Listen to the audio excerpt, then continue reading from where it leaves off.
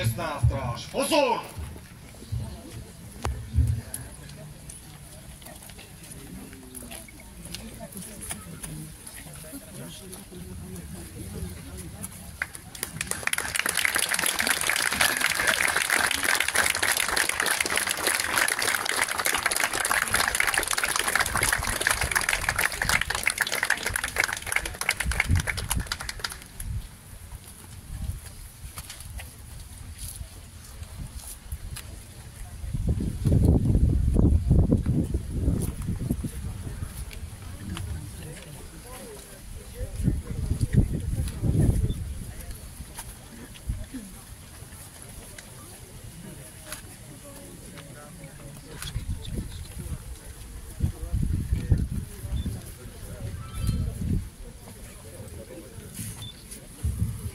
Stráž, pol!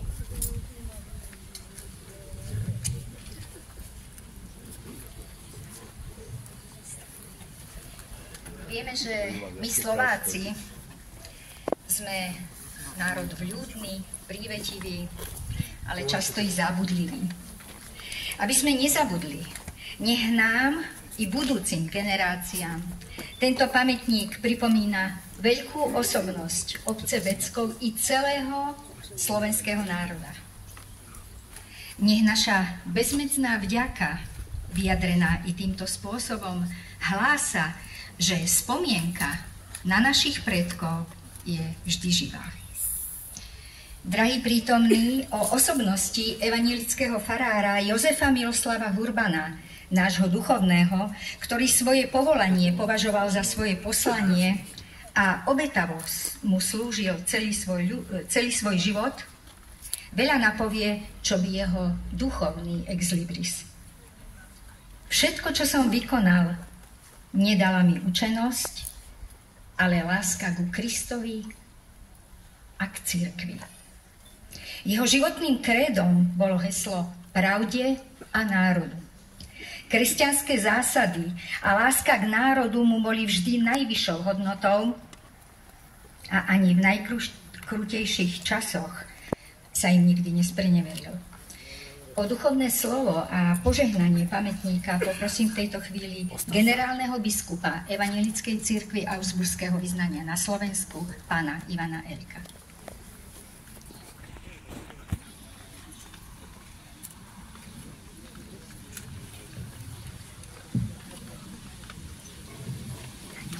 Vážení bratia biskupy, pán predseda,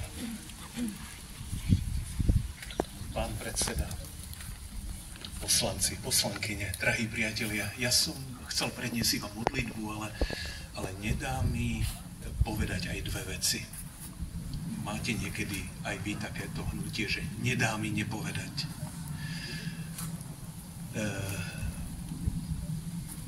V tej prvej budem veľmi nekorektný a zlý. Tak v takej istej miere, v akej sa radujeme z dnešného dňa, v takej istej miere, ako sa tešíme, že toto skvelé dielo sa podarilo, tak v takej istej miere robíme pokánie za to, že Jozef Miloslav Urban 35 rokov po páde komunizmu môže mať svoje pamätné miesto tu, v rodnej obci. Matúš Dula o ňom povedal, že to bol najväčší Slovák v 19. storočí. Potrebujete na to v slobodnej a demokratickej krajine 35 rokov, aby sa to celé podarilo. O to väčšia vďaka, pán starosta, pán predseda. Si spomínam na farárku Moniku, dnes už cipciaru, ktorá prišla do Beckova a rozprávala mi o zámere postaviť pamätník. Koľko to je vyše štvrtstoročia, možno viac. Je to pre nás veľká hanba. O to sme radšej, že to tu je. A tá druhá vec, ktorú chcem povedať, je, že tu zase vidím pána starostu z Hlubokého. Pána starostu z Hlubokého, milý pán starosta, milý brat Miloš Čubrda. Beckov, Kalnica, kde žili Hurbanovi krstní rodičia, kde veľmi rád chodil, Beckov, Kalnica a Hlboké. A z týchto troch maličkých miest vy sa zapíšete do histórie národa. Hurban bol jeden z tých, ktorý ako študent neštudoval v zahraničí.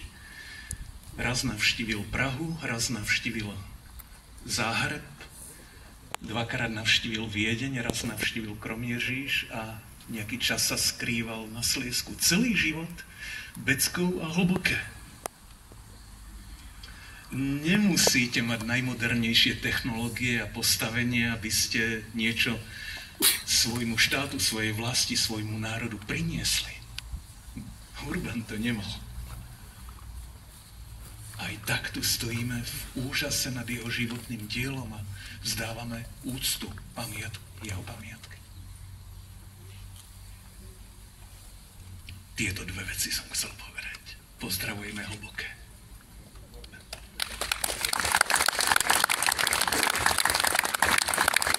Tak, aby som bol presný, že Beckov pozdravuje Hlboké. Beckov pozdravuje Hlboké. Skúsme sa spojiť, napriek tomu, že sme veľmi rôzni, skúsme sa spojiť k modlitbe.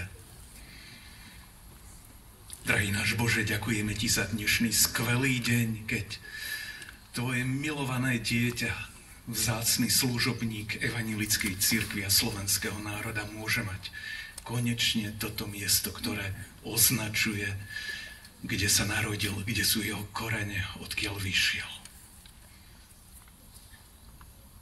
Ďakujeme Ti za všetkých, ktorí k tomuto dielu prispeli. Ktorí si uvedomovali, že je dôležité, že to nie je iba formalita.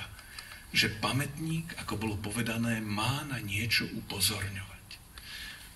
A tak ťa prosíme, aby každý človek, ktorý sem príde, bol upozornený na jeden paradoxný fakt, že jestvovala generácia vlastencov, ktorí nič nechceli pre seba, ale všetko chceli pre iných, pre svoj vlastný národ.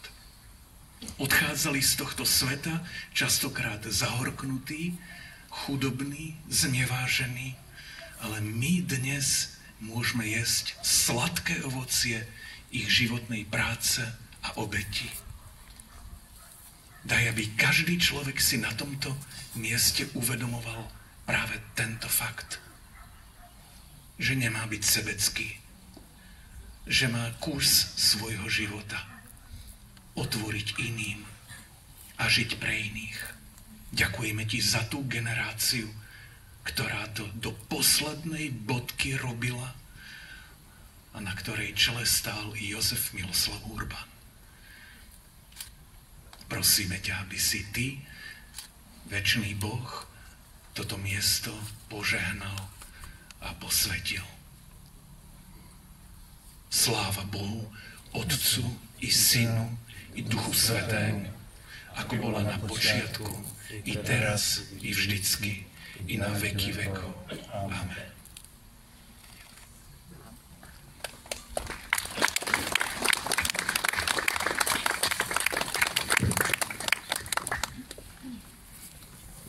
Na tomto mieste, v tejto chvíli a v tomto veku pokojne postoj, ticho pobudni a pohľadaj sa v práci svojich dní.